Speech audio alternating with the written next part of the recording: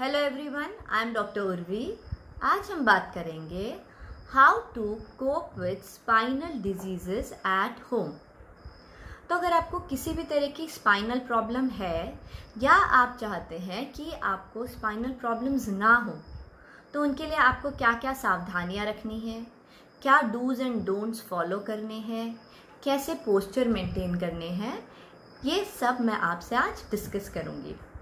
But before that, I want to discuss in brief why the spine is so important for us. See, spine is like a central support system, ये हमारे skeleton के सारे parts को connect कर रहा है। For example, आप देखिए, it connects our head, our shoulders, our arms, our pelvis, our legs, everything.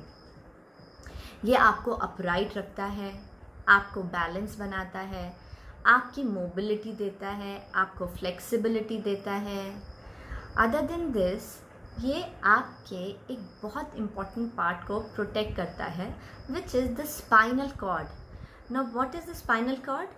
Spinal cord is a column of spinal nerves. इसका क्या मतलब है कि आप समझिए, स्पाइनल कॉर्ड हमारा एक सुपर हाईवे सिस्टम है और उसमें हमारी स्पाइनल नर्व्स हैं, मतलब कुछ टेलीफोन लाइंस हैं which are connecting the brain to different parts of our body.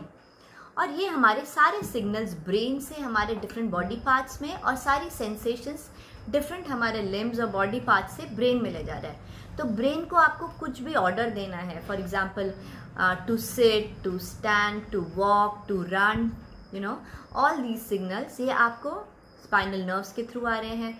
और आपको कोई सेंसेशन के सिम्टम्स आपको ब्रेन तक पहुंचाने हैं, जैसे कि कुछ ठंडा है, गर्म है, या कुछ हार्ड है, सॉफ्ट है, कुछ आपको चुभ रहा है, कहीं आपको दर्द है, कुछ अनकंफर्टेबल है, ये सब भी सिग्नल्स ये स्पाइनल नर्व्स ही आपके लेके जा रही हैं।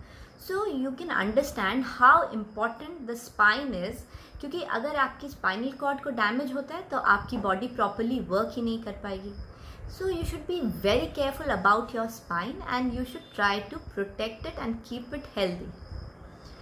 अब मैं आपको दिखाती हूँ स्पाइन क्या है। देखिए, स्पाइन एक ऐसा स्ट्रक्चर है हमारा, और ये कुछ ये देखिए बोनी ब्लॉक्स से बना हुआ है छोटे छोटे बोन्स के ब्लॉक्स हैं, आप समझिए।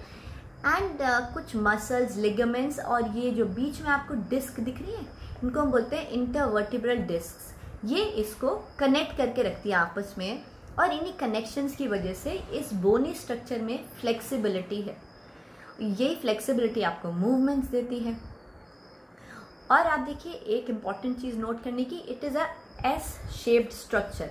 ये मैं आपको क्यों बता रही हूँ, क्योंकि जब आप कोई मूवमेंट कर रहे हैं तो आपको एक अच्छा पोस्चर मेंटेन करना है, ताकि ये जो एस शेप इसका स्ट्रक्चर है ये मेंटेन रह सके। क्योंकि ये एस शेप स्ट्रक्चर की वजह से ही आपकी फ्लेक्सिबिलिटी, मूवमेंट प्रॉपर होते हैं, और आपका ये कॉइल्ड समझ लीजिए रिंग्स की तरह काम करता है, शॉक एब्जॉर्बर्स की तरह। इसी तरह जो हमारे ये बीच की डिस्क्स हैं, ये इनमें भी एक जेली लाइक सब्सटेंस होता है जो शॉक एब्जॉर्बर की तरह काम करते हैं, और आपको कोई झटके लगते हैं, कोई धक्का देता है, चोट देता है, तो इनमें इंजरीज से वो आपको बचाता है। अब इसके ये जो लेंथ है, इसको हम डिफरेंट पार्ट्स में डिवाइड कर सकते हैं। जैसे अगर ऊपर का पार्ट है उसको हम बोलते हैं सर्वाइकल स्पाइन, बीच का पार्ट होगा थोरेसिक स्पाइन, और नीचे आया आप लंबर स्पाइन, और नीचे आपका सेक्रल स्पाइन, और सबसे नीचे आया आपका कॉक्सिक्स। ये मैं आपको क्यों बता रही हूँ, क्योंकि इसी तरह से आप लोग अपनी डिजीजेस का डिफरेंशिएशन करते हैं। जैसे आप बोलते हैं मुझे तो सर्वाइकल स्पॉन्डिलाइटिस है, मेरे तो कंधे में दर्द रहता है, मेरे हाथों में पेन आता है, आपको, या मेरे को लंबर स्पॉन्डिलाइटिस है, कमर दर्द रहता है, या मेरे पैर में दर्द आ रहा है, मुझे शियाटिका है। तो आपको कैसे आइडिया होगा कौन सी एरियाज की प्रॉब्लम है? तो ऊपर की है तो सर्वाइकल का हो गया, लंबर का हो गया, नीचे का हो गया, इस तरह से होता है। तो इस एरिया के किसी भी पार्ट को प्रॉब्लम या इंजरी होगी, जैसे आपके बोन की प्रॉब्लम हो गई, जो स्पाइनल नर्व है उसकी प्रॉब्लम हो गई, मसल या लिगामेंट की प्रॉब्लम हो गई, तो आपको सर्वाइकल एरिया की प्रॉब्लम्स होंगी। आपको नीचे के प्रॉब्लम्स बोन में, नर्व में, मसल में, लिगामेंट में कोई प्रॉब्लम होगी तो आपको लोअर बैक एक और वहाँ की प्रॉब्लम्स होंगी। तो इन्हीं के एरियाज के अकॉर्डिंग आपको डिफरेंट सिम्टम्स आते हैं। ठीक है, अब ऐसी क्या चीज़ें हैं जो आपकी इसमें इंजरीज लाते हैं या प्रॉब्लम क्रिएट करते हैं, जिनसे आपको स्पाइनल प्रॉब्लम्स होती हैं, उनको हम दो पार्ट्स में मेनली रफली डिवाइड कर सकते हैं। एक तो हो गया कोई भी ट्रॉमा, किसी भी तरह की आपको कोई चोट लग गई, आपका एक्सीडेंट हो गया, कोई भी इंजरी तो उस इंजरी की वजह से अगर स्पाइन के किसी भी पार्ट में जिस एरिया की इंजरी होगी, आपको वहाँ की प्रॉब्लम डेवलप हो जाएगी। दूसरा, आपको एक कारण हो सकता है किसी तरह के इन्फेक्शंस, कभी कभी इन एरियाज़ के कोई इन्फेक्शंस भी हो सकते हैं जिनसे आपको स्पाइन की कोई प्रॉब्लम डेवलप हो जाए। एक और बहुत मेन कारण है स्पाइन की प्रॉब्लम डेवलप होने का, जो है ओवरवेट। अगर आपका वेट ज़्यादा है तो भी आपको स्पाइन की प्रॉब्लम डेवलप होगी, क्योंकि ज़्यादा वेट की वजह से ये जो हमारा एस शेप स्ट्रक्चर है, इस पर प्रेशर पड़ेगा और इस पर स्ट्रेन और स्ट्रेस डेवलप होगा। फिर आपको पेन और अनकम्फर्टनेस और आपके डिस्क में प्रॉब्लम हो सकती है, तो वो भी एक कारण है। एक और कारण है बैड पोस्चर। बैड पोस्चर का मतलब है, पहले मैं आपको बताती हूँ गुड पोस्चर का क्या मतलब है। गुड पोस्चर का मतलब है अपने बॉडी को, अपने माइंड को ट्रेन करना कि ऐसा पोस्चर आपको अपने आप को देना जो आपके स्पाइन पे बैठते हुए, उठते हुए, लेटते हुए, कोई भी एक्टिविटी करते हुए कम से कम स्ट्रेन दे। So bad posture is anything opposite to it. तो अगर आप कोई भी एक्टिविटी या मूवमेंट ऐसा कर रहे हैं जिससे आपकी स्पाइन पे स्ट्रेस ज़्यादा पड़ रहा है, तो वो एक बैड पोस्चर होगा।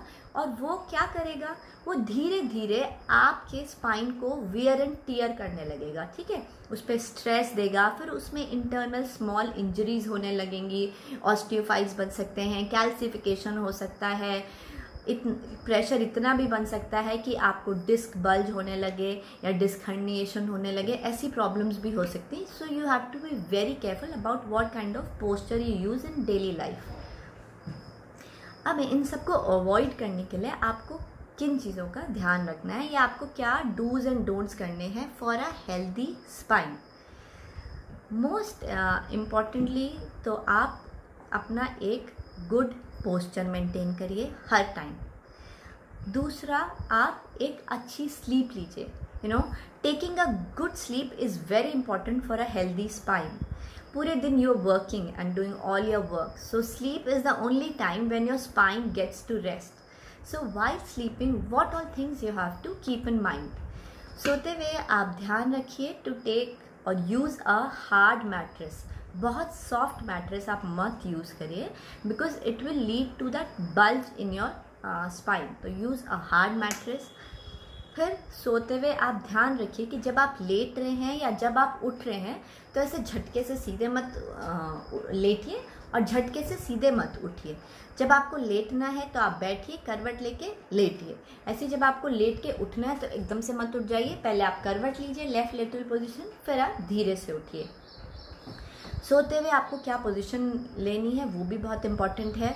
जैसे पेट के बल आप मत सोइए, कोशिश करिए कि आप बैक की तरफ से सोएं, या फिर आप कोशिश करिए, बेस्ट है आप लेफ्ट लेटरल पोजीशन में सोएं।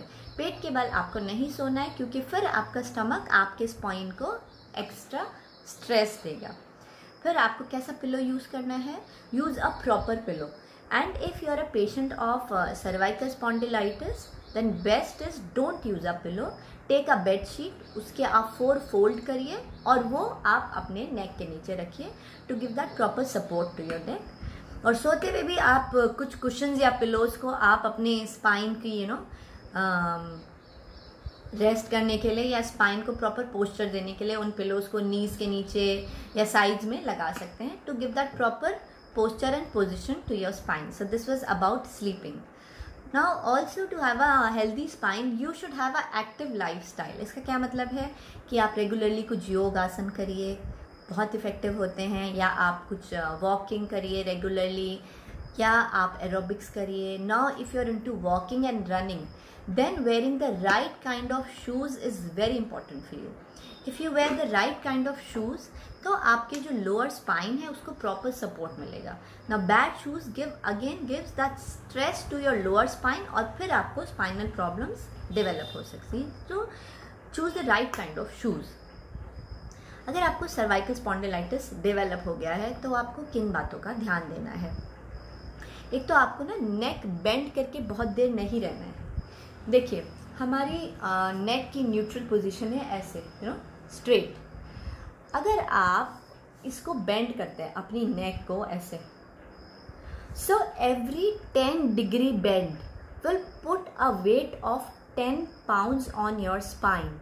तो जितना आप उसको बेंड करके जितनी देर रखेंगे उतने ज़्यादा 10 पाउंड्स का स्ट्रेस आपकी स्पाइन पे बढ़ेगा। एंड यू कैन इमेजिन कितना ज़्यादा उसको in the long run damage करेगा। तो आपको बहुत देर ऐसे झुक के काम नहीं करना है। तो दिस गोज़ कि अगर आप बहुत ज़्यादा फ़ोन यूज़ कर रहे हैं, है ना, तो आप 10 मिनट से ज़्यादा अपने फ़ोन को ऐसे करके यूज़ मत करिए। 10 मिनट बाद आप अपनी नेक को रेस्ट दीजिए। आप बहुत ज़्यादा फ्लेक्शन पोजीशन में थे, थोड़ा एक्सटेंशन दीजिए। उसके लिए आप अपने दोनों आर्म्स को ऐसे लाइट एक्सटेंशन दे सकते हैं। थोड़ी एक्सरसाइजेस करिए, थोड़ा मूवमेंट करिए, फिर से आप काम करिए। इसी तरह if you are a teacher, आप बहुत ज़्यादा चेकिंग वर्क करते हैं, या अगर आपका कुछ सुई धागे का काम है, या आप टेलर हैं तो उसमें भी आप बहुत ज़्यादा बेंड करके काम कर रहे हैं, या फिर आप अगर कोई क्राफ्ट पर्सन है जिसमें आपको बहुत ज़्यादा पॉटरी या कुछ ऐसा करना है, या यू आर अ आर्टिस्ट जिसमें आपको कुछ बहुत ज़्यादा झुक के काम करना है, तो इन सब में आपको ध्यान रखना है कि जो आपकी न्यूट्रल पोजीशन ऑफ नेक है उसको आप मेंटेन करें, बहुत ज़्यादा बेंड ना करें। रेगुलरली आप ब्रेक्स लें, थोड़ा मूवमेंट दें, एक्सटेंशन करें, और 10-15 मिनट से ज़्यादा इस पोजीशन में आप अपनी नेक को बेंडेड नहीं रखें। So okay, so this was about your neck.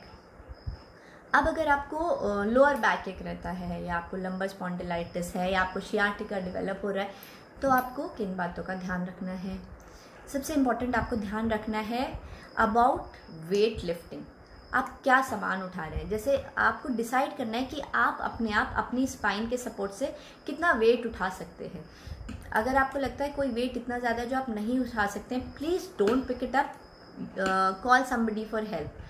जब आप वेट उठा रहे हैं एकदम झटके से नीचे झुक के मत उठाइए, पहले नीचे आराम से बैठिए, फिर उसको उठाइए। फिर वेट उठाते हुए आप अपनी नीज़ और लेग्स का हेल्प लीजिए। उस वेट को आप अपने बॉडी के पास लाइए, अपर बॉडी की हेल्प लेके उसको धीरे से उठाइए, और जितना वेट आप उठा सकते हैं। ऐसे ही आप कोई भारी बाल्टी उठा रहे हैं उसको अवॉइड करिए। झाड़ू पोछा आप झुक के कर रहे हैं उसको अवॉइड करिए, बैठ के करिए अगर आपको करना ही है ना। अब अगर आपका कोई ऐसा काम है, कॉर्पोरेट वर्क्स होते हैं जैसे, जिसमें बहुत ज़्यादा आपको लैपटॉप यूज़ करना है, उसी पे बैठना है, तो तब आपको किन किन बातों का ध्यान रखना है? क्योंकि तब आप बहुत ज़्यादा बेंड करके all the time you working on your laptop and all, तब आपको ये ध्यान रखना है कि आपका जो वर्क स्टेशन है, योर लैपटॉप और what ever, should be at your I level, ताकि आप उसको ऐसे झुक के ना करके ऐसे स्ट्रेट करके देख के काम कर सकें। और 45 मिनट्स का आप एक अलार्म सेट करिए। एवरी 45 मिनट्स जब आप ऐसे भी काम करें, एक ही पोजीशन में बैठे, तो उठिए, थोड़ा मूव करिए, then you again sit and do your work. तो keep taking breaks, don't sit for a long time. ऐसे ही अगर आपका सिटिंग वर्क ज़्यादा है, तो आपको किन बातों का ध्यान रखना है कि you should have a comfortable chair for sitting. Comfortable chair का मतलब है कि आपका जो स्पाइन का ये एस शेप्ड स्ट्रक्चर है, सिटिंग पोजीशन में मेंटेन रहे। इसके लिए आप क्या कर सकते हैं, you can take a towel and roll it, और आप अपनी बैक के पीछे लगा सकते हैं ताकि उसकी पोजीशन ठीक से मेंटेन हो। एक और बात का आपको सिटिंग पोजीशन में और चेयर का ध्यान रखना है कि जब आप बैठ के काम कर रहे हैं तो आपकी थाइस हॉरिजॉन्टल हो। जिस चेयर को आप यूज़ कर रहे हैं बैठने के लिए, ऐसे झुक के ऐसे ना हो, स्ट्रेट हो। उसके अलावा आपको ध्यान रखना है कि आपकी feet straight on the floor हो, ऐसे झुक के ऐसे उठ के ना हो, है ना। तो अगर आप ऐसी चेयर यूज़ करते हैं फॉर योर सिटिंग वर्क, तो आप ज़्यादा कंफर्टेबल रहेंगे और आपके स्पाइन को कम से कम प्रॉब्लम होगी। अगर आपका कोई ऐसा काम है जैसे ड्राइविंग का काम है, बहुत लॉन्ग आवर्स आप ड्राइव करते हैं, तो आपको हर 1 घंटे में ड्राइव के बाद या 1.5-2 घंटे में तो ज़रूर आपको रुकना चाहिए, थोड़ा वॉक करना चाहिए, थोड़ा एक्सटेंशन करना चाहिए, थोड़ा रेस्ट लेना चाहिए, फिर आप फिर से ड्राइव करिए। Because again it will irritate your lower spine, और अगर आप ऑलरेडी स्पॉन्डिलाइटिस के पेशेंट हैं तो आपकी स्ट्रेस बढ़ता जाएगा, आपकी प्रॉब्लम बढ़ती जाएगी। So give rest to yourself even while driving. थोड़ा थोड़ा ड्राइव करके रेस्ट लीजिए, फिर बाद में आप ड्राइव करिए। ऐसे अगर आप गार्डनिंग कर रहे हैं तो उसमें भी आपको यही ध्यान रखना है, बहुत ज़्यादा आप झुक के बहुत देर काम ना करें, रेस्ट लीजिए, बहुत भारी गमला मत उठाइए, किसी की हेल्प लीजिए, गमले भारी हैं। अगर आप अपने एनिमल्स को, आपने कोई पेट पाला है उसको फीड करना है तो एकदम झुक के आप उसके कटोरे में खाना मत डालिए, उसके आप कटोरे में पहले खाना रखिए, फिर बैठ के कटोरा रखिए, फिर उसको दीजिए। मतलब आपको फॉरवर्ड बेंडिंग का ध्यान रखना है। अगर आप एक नर्सिंग मदर हैं तो आपको क्या क्या ध्यान रखना है। I specially want to put this point because मेरी ऐसी बहुत सारी फीमेल पेशेंट्स हैं जिनका जब बेबी हुआ उसके बाद उनको बैक एक प्रोलॉन्ग रहने लगा, यू नो। तो if you are a nursing mother तो आपको किन किन बातों का ध्यान रखना है कि आपका बेबी छोटा है तो आप झुक के उस बेबी को मत रखिए बेड पे, या झुक के बेबी को मत उठाइए। पहले बेबी को लेके बैठ जाइए, फिर उसको बेड पे रखिए। ऐसे ही पहले बेबी को उठा लीजिए, गोद में रखिए, फिर उठिए। So don't keep bending. ऐसे अगर आपको बच्चे को दूध पिलाना है तो आप एक कुशन या तकिया अपनी गोद में रखिए, बच्चे को उसमें रखिए, ताकि आपको बहुत झुकना ना पड़े और बच्चा आराम से ब्रेस्ट फीड कर सके। मतलब नर्सिंग करते हुए, बच्चे का ध्यान रखते हुए भी आपको अपने पोस्चर का ध्यान ज़रूर रखना है। फिर मैंने आपको बताया आपको वेट मेंटेन करना है। Maintaining a good weight is very important for you. One more thing which is very important to have a good spine is proper hydration. आपका वाटर इनटेक अच्छा होना चाहिए। इसका एक और कारण है कि जो हमारी इंटरवर्टिब्रल डिस्क्स होती हैं, ये जो बीच में ये जो दे रखी हैं, इनमें मैंने आपको बताया था कि एक जेली लाइक सब्सटेंस होता है, right. It is water based. तो अगर आपका वाटर इनटेक अच्छा है तो उसका भी वाटर कंटेंट अच्छा रहेगा और आपकी फ्लेक्सिबिलिटी, मोबिलिटी अच्छी रहेगी। जबकि अगर आपका वाटर इनटेक पुअर रहेगा तो आपका वो जो जेली लाइक सब्सटेंस है वो धीरे धीरे ड्राई होने लगेगा और आपकी फ्लेक्सिबिलिटी बॉडी की कम होती जाएगी। सो you should be careful in what you eat and drink. So maintain a good hydration level. अपनी डाइट अच्छी रखिए, कम से कम फ्राइड और स्पाइसी फूड खाइए, ट्राई करिए होम कुक फूड ले, हेल्दी फूड ले, वाटर इनटेक अच्छा रखिए, स्लीपिंग पोस्चर अच्छा रखिए, नॉर्मल पोस्चर्स भी अपने अच्छे रखिए, कम से कम स्ट्रेस लीजिए, एक्टिव रहिए। So you know, if you take care of all the small points, you will have a good and healthy spine and you will be able to do all your works properly. So I hope you take care of all these things from now onwards. Enjoy yourself and have a happy life. Take care.